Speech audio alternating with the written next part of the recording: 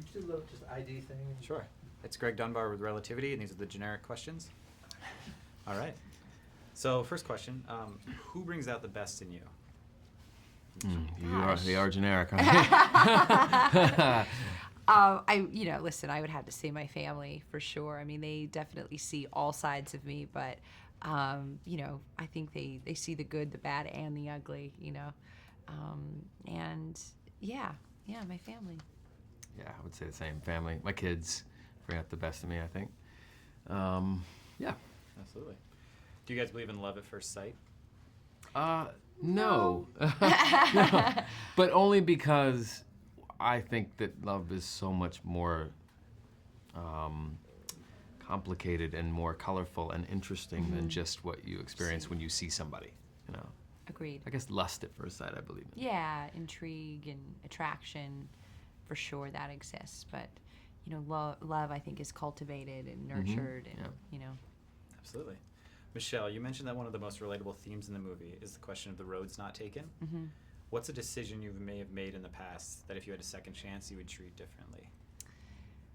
God, it's a good question. It's interesting because I don't necessarily think I'd go back and change too many things, only because I feel things or ideas or choices or things that may have been perceived as mistakes at the time are always sort of opportunities to grow. And so, maybe they weren't ideal, perhaps, but, if you take those opportunities and you go, okay, well, my life has been enriched in this way as a result of that, then you can understand why it is that you made that, decision. Great. If you could give any piece of relationship advice to your teenage selves, what would that be? Relationship advice? Yeah. To my teenage self. Don't take it I don't too know. seriously, maybe. Yeah, maybe don't take it too seriously too soon. Yeah. I think because when I look back at my sort of, you have this, you look at this end game, I guess because you don't really have the experience of what sort of love is. And so you just, I think I remember that first boy I liked, I immediately envisioned myself getting married. It was like the wedding dress, the day, the whole thing, and everything is just so dramatic and sort of serious. And I think it's just, there's so many opportunities that you will have, that you will experience love and learn from relationships, and that just don't take it too seriously. Life will go on. Date around. You'll get your heart broken. You'll probably break a few hearts. Great. It's a journey, that love thing. Absolutely. What makes this Nicholas Sparks movie different from all the ones that have come before?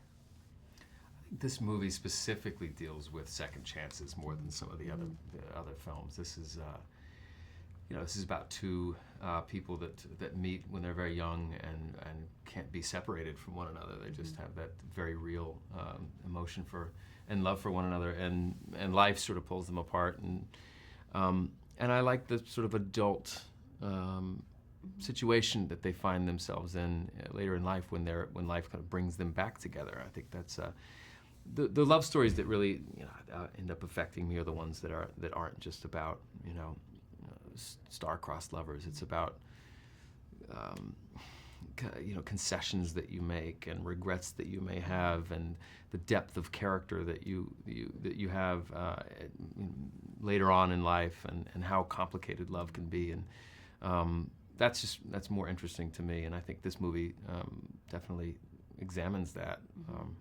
It's not just so black and white. These are people that have lived life, and characters that that obviously have a profound love for each other, but they also have moved on in their lives, and they're respectful of that. And I think the complications in having to navigate that situation is what's kind of compelling and also very heart-wrenching about it. Great. Speaking of second chances, James, this is your second time working with Nicholas Sparks. How has this differed from the set of The Notebook?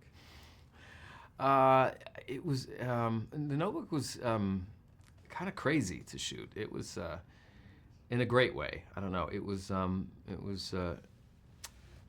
hard, The scenes were difficult, and some of the scenes were very challenging in this one as well. But as much as I got along with everyone on The Notebook, this was that much more delightful.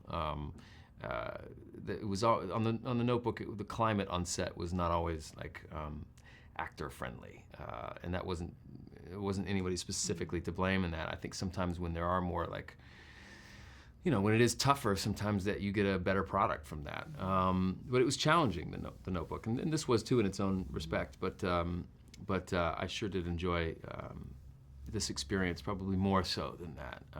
But I'm very proud of both movies. Mm-hmm. Great. And then Michelle, this is your first love story. So what was it about the world of Nicholas Sparks that drew you to this role? Well, I think the idea of just having the opportunity to be in a love story, something that's kind of timeless and beautiful, and that is, you can just sort of escape into. I loved that this was this woman that was complicated, and that she had this emotional journey that she goes on, and I felt like it was sort of realistic. And yet in this sort of heightened version, in 2 hours, you go through this whole range of emotions, which is what I think audiences really respond to, And when I read it, the movie caught me by surprise in the end, and I just thought, oh gosh, that's kind of got me right here, And then that's what you're drawn to as an actor, then to be able to have the opportunity to kind of convey that kind of emotion and have audiences feel that, which is what was really exciting to me. That's And great. who better to do it with than Nicholas Sparks, That quote taken out of context could be trouble. That's amazing. Sorry. All good. So James, you've played all kinds of leading men, both on film and TV. Did any of those roles help contribute to Dawson's character? Not necessarily. If they had, then maybe it was just under my radar. I think it's a compilation of what I've experienced in life, and you always, especially with a movie like this, you do find yourself drawing on some of your own life experiences, and at least you understand what he's going through in certain situations. So I would say less pulling from roles that I've played, and more about just life experience altogether. Cool. And everyone can relate to falling in love for the first time. Mm-hmm. How is your character's story one that people of all ages can relate to? Gosh, I think everybody will remember that first time that they got butterflies, or their heart was sent racing, or that boy called them back, or they had their first kiss. I mean, it's electric and it's profound, and I think people in some respect always sort of chase that, or you certainly always remember it, and it's just universal. And so I think then people will say, okay, well, what if I had the opportunity to experience that again with that very, very person?